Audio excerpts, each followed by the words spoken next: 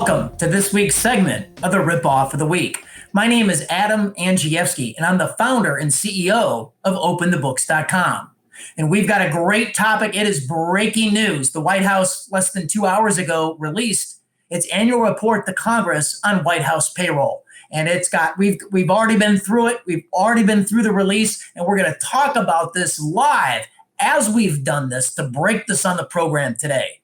But first of all, I just want to review our mission for everybody that's joining us for the first time. At OpenTheBooks.com, our mission, simply said, is every dime online in real time. And last year, our auditors filed 40,000 Freedom of Information Act requests to capture successfully $6 trillion worth of federal, state, and local spending. We open the books, we audit those books, the audits make national news. For the past 4 years, we are about the only news organization in the country that has covered the release in real time on White House payroll. And yet again, we're going to do it right here and post the piece at Forbes within 10 minutes of the program. So I want to introduce my co-host, without further ado, Tamara Colbert. Hi, Adam. Thanks so much. This is great. This is literally breaking news. So we're going to get right into this because we have a lot of ground to cover in a few minutes. Adam,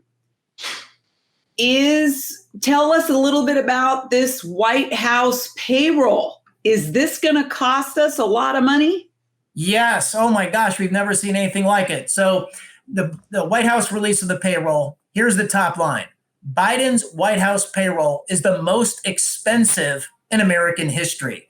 To put this in perspective, the Trump administration in its first year ran on a $35.8 million payroll for 377 employees. What Biden just disclosed, they've moved quickly. They have staffed up fast. They have 568 employees on staff. It's 190 more employees than what Trump had at the same point in the first year in his presidency. If you thought Barack Obama was running a large payroll, the Biden payroll is actually 90 staffers increased over Obama in Obama's payroll in his first year in 2009. So we've never seen anything like this, both in headcounts and also in terms of cost in White House payroll. So Adam, seeing these numbers and learning about who's on the White House payroll, is this an indicator?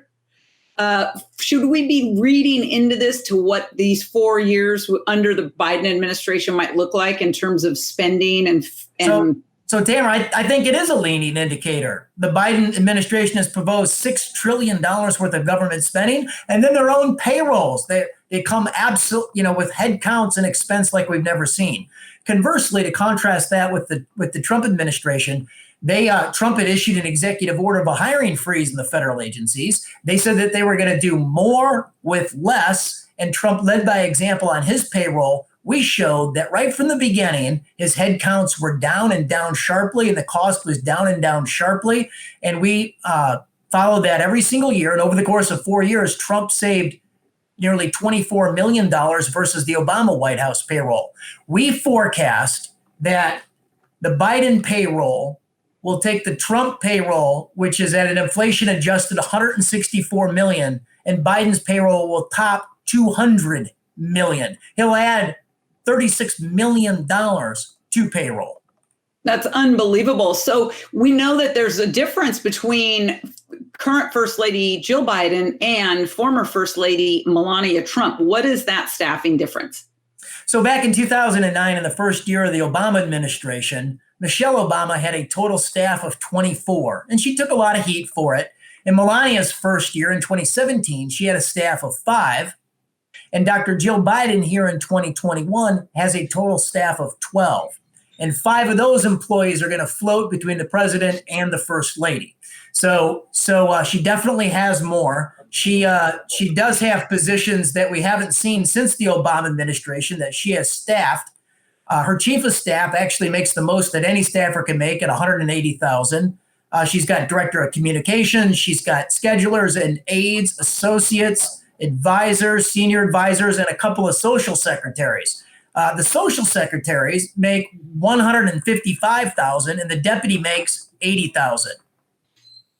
That's amazing. So, how many assistants to the president are there, and what does that really mean? So the assistants to the president are the top advisors. They're your key people. It's in the Biden administration, it's like Ron Klain and Susan Rice and the press secretary, Jen Psaki, and other senior advisors. You know, Trump in his first year had Steve Bannon and Kellyanne Conway and Omarosa and Reince Priebus, Sean Spicer. You know all the names. These senior advisors make $180,000 under Biden. There's actually 22 of them, and that number's been consistent. Obama in his first year had 22, Trump had 22, Biden has 22. Okay, so here's the dying question that we all want to know, who's the most highly compensated White House staffer? Well, it was kind of amazing to me. So Molly Groom, she makes almost $186,000, but here's her title. She's the policy advisor on immigration. What? The big crisis issue in the Obama in the Biden administration is immigration. They're most out of 567 staffers. Molly Groom, their advisor on immigration, makes the most. It's baffling.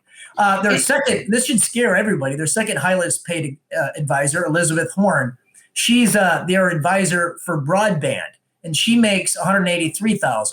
Now, why is this interesting? Because the Biden administration has proposed infrastructure, quote unquote, spending of $100 billion that the former FCC chair called simply Soviet. They want government to own the pipe on broadband. They're not happy with the tech giant censoring folks on the center right. They actually want to take it a step further and own the internet access points in this country. And so the second most highly compensated is their czar on broadband. That's pretty incredible. What's the comparison with the Trump White House? Pretty much the same, the two highly compensated folks in Trump. Yeah, there wasn't really any difference there. There's a big difference between Biden and Trump on these special initiative czars. President Biden has said he wants up to 55 of them, which prompted Politico to say, how many czars does the Biden administration actually need? Trump didn't have any czars that we ever found. No evidence of czars on the Trump payroll. Right now, we show that there's at least 21 czars to date that Biden has filled these positions. We couldn't find a salary for John Kerry. He's not even on the list. Right. But the former director of the EPA under Obama, Gina McCarthy, she's making the most money. She's a senior advisor to the president and a czar on climate change. She makes $180,000. So what about so as we're going through these, we've talked about the special initiative czars. There's one other thing that I believe Trump did away with, but Biden has reinstated, and that is the White House Leadership Development Fellows. What did we find there?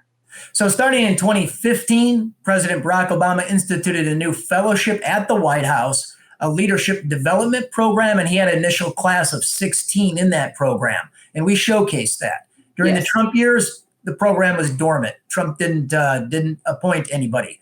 On June 4th, we know from the press release that Biden appointed 22 members to the White House Senior Fellowship Program, so he brought it back. However, even though this payroll disclosure is as of today, July 1st, we find none of the appointees in the program appear on the payroll disclosure database. So he could have 22 more employees on top of the 567 that they disclosed today. That's pretty incredible. The last thing I want to ask you is that how do we as the American people, what are we supposed to look at as we go forward and we're looking at these numbers and we're seeing how he structured his White House and the payroll? How is this going to be going forward? I mean, usually a president also, people come and go, but a lot of times presidents will bring even extra people on. Do we anticipate any of that with these numbers? Well, I mean, certainly the White House payroll could grow from here. And I think if we had to guess, it probably will. The entire Biden administration has shown no restraint when it comes to spending in any of their public initiatives. We're going to post this piece at Forbes in about 15 minutes. You can easily get it just by typing Forbes, White House payroll, or coming back here, we'll post the link in the chat. pass it. This is something we all can do. People need to know what's going on. The White House payroll historically is a leading indicator of an administration's penchant on spending and the growth of government, or like under the Trump years, limiting government, limiting their payroll. So it's important we pass the piece and educate the American people. So there's people online that are saying, so what do we do? What do we do? We can't necessarily focus on this component, right? Because this is up to the president's discretion on who he's going to hire. But there are other ways that Open the Books is working where we need help. What are some of those things that our viewers can do? So you can come to openthebooks.com and sign our petition on Read the Bill, asking Congress to take a 72-hour timeout to read the legislation before they vote on it. This has been turned into U.S. Senate legislation by Florida Senator Rick Scott, who would also require an affidavit of every senator where they had to have to swear that they did read the bill. So it's good stuff. We're all making an impact. We're all working hard. Sign the petition at openthebooks.com. There's a petition tab across the top. Just click on it, sign off, and then pass this piece to help educate the American people on the Biden administration. And we'll see you back here next week. We've got work to do, Tamara. We've got work to do. Thank you, everybody. It's been a lively discussion, and we look forward to seeing you next week with another great ripoff of the week. 5:30 Eastern, 4:30 Central. See you then.